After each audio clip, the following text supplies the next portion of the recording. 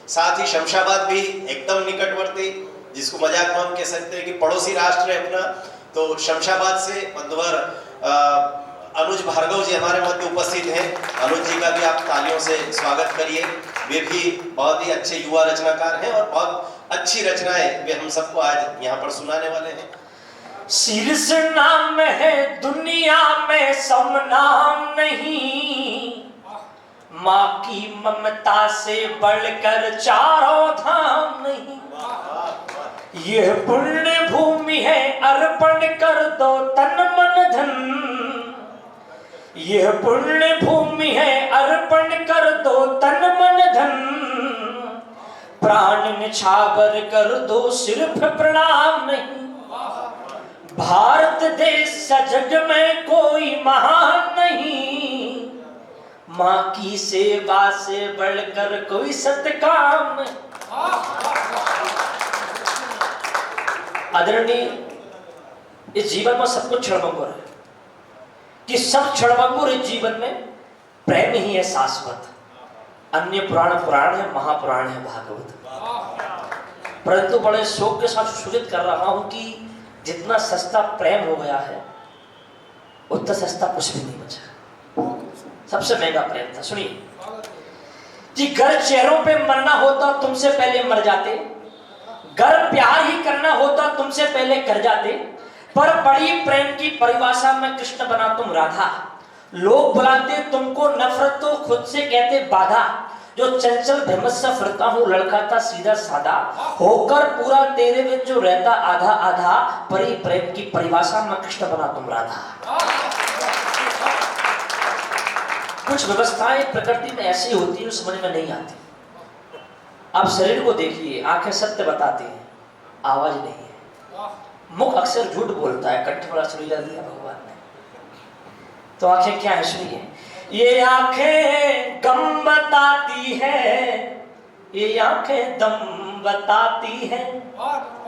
बहुत कुछ बोल जाती है ये बेजुबा आंखें। लोग पल को मिलते हैं, दो पल बात होती है। हर पल याद आती है, दो पल की वह बातें। जीवन थे तो प्रेम है। अक्सर लोग प्रश्न करते हैं, अनुज तुम राम पर बात क्यों करते हो? मैं कहता हूँ राम जैसा पिता, राम जैसा पुत्र, राम जैसा राजा, राम जैसी प्रजा, राम जैसा शासक, राम जैसा तपस्वी, राम जैसी मर्यादा कोई निभा ही नहीं सकता। तो मेरी कलम राम से बात क्यों न करे? तब जानते हैं राम क्या है। थोड़ी सी भूमिका कि दुख में वो रोए नहीं, सोकर भी सोए नहीं। जब वनवास हुआ, याज्ञवल्क्य के आश्रम में भगवान श्री राम पहुंचे तो उन्होंने सिद्धि दी से बोलते हैं आवला सिद्धि। इसमें इंसान सोता है पर उसके नेत्र जगते हुए नजर आते हैं। तो सोकर भी सोए नहीं कि दुख में वो रोए नहीं, सोकर भी सोए नहीं। रचाई सारी माया किंतु मोहित होए नहीं। जगतपति कहलाए पर जग में खोए नहीं। राम सिर्फ राम है, राम जैसा कोई नहीं। क्या संबंध है कि अवध के वो सूरज, जनकपुर के चांद है। त्याग समर्पण के जागते प्रमाण है। धर्म का स्वरूप नारी का सम्मान है। राम जैसा कोई नहीं, राम सिर्फ राम है। और राम और भी राजा हुए, और भी पुत्र हुए, भगवान ने बहुत से अवतार लिए, पर राम ही राम क्यों? क्योंकि एक रात में पल भर में सारा साम्राज्य ठुकरा कर जब एक इंसान वन तपस्या अपना लेता है तो उसका क्या भय होता है। सुनिए कि तज सारा राजू पिता की मानी आन है। पर्ण कुटी महल लगे कदम ही विमान है। राम जहां रह गए वह धरती नहीं धाम है। यहाँ बैठे जन जन को अनुज का प्रणाम है। राम जैसा कोई नहीं, राम सिर्फ राम है। कल एक घटना आई, दमोह में एक गर्भवती गौ को बीच में से काट दिया गया। बहुत दुख हुआ। अब हम लड़ तो सकते नहीं कि हम उनको काट दें, परंतु वहां युद्ध हम भी लड़ते हैं हर 5 साल में।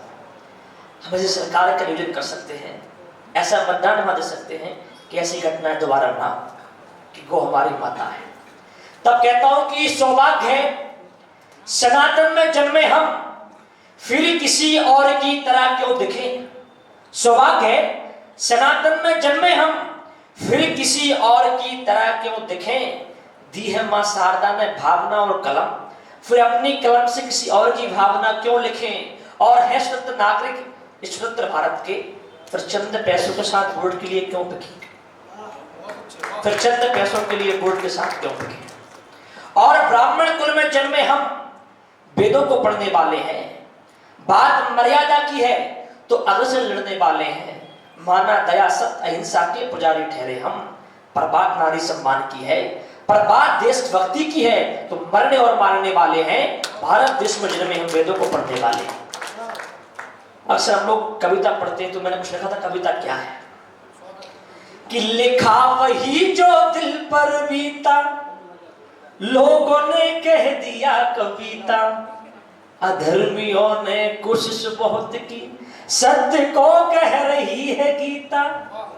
जिन्होंने पकड़े गुरु चरण, शिक्षा रस को वही है पीता।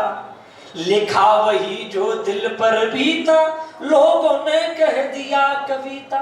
ये मंच को क्या प्रदान करते हैं कि हिंदी साहित्य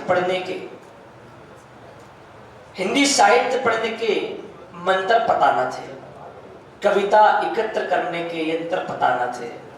उस दौर में भी लिखते थे हम कविता बड़े चाव से, जब कविता गीत गजल में अंतर पता न थे। अंतिम 2 पंक्ति पढ़कर मैं अपना स्थान ग्रहण करूंगा कि हिंदी साहित्य पढ़ने के मंत्र पता न थे। मंच को क्या सिखाते हैं कि हमारी कविता की यही कहानी रहेगी। तो कविता और कवि का मतलब है सत्य को प्रदान करना, सिर्फ मनोभावना ही नहीं, जो चल रहा है उसको रखना। तो कहता हूं कि हमारी कविता की यही कहानी रहेगी, कल्पनाएं नहीं वो जुबानी रहेगी। कभी ना होगा बूढ़ा ये ले जा, जवानी था जवानी है जवानी रहेगी। जय हिंद जय भारत। आप सभी को धन्यवाद।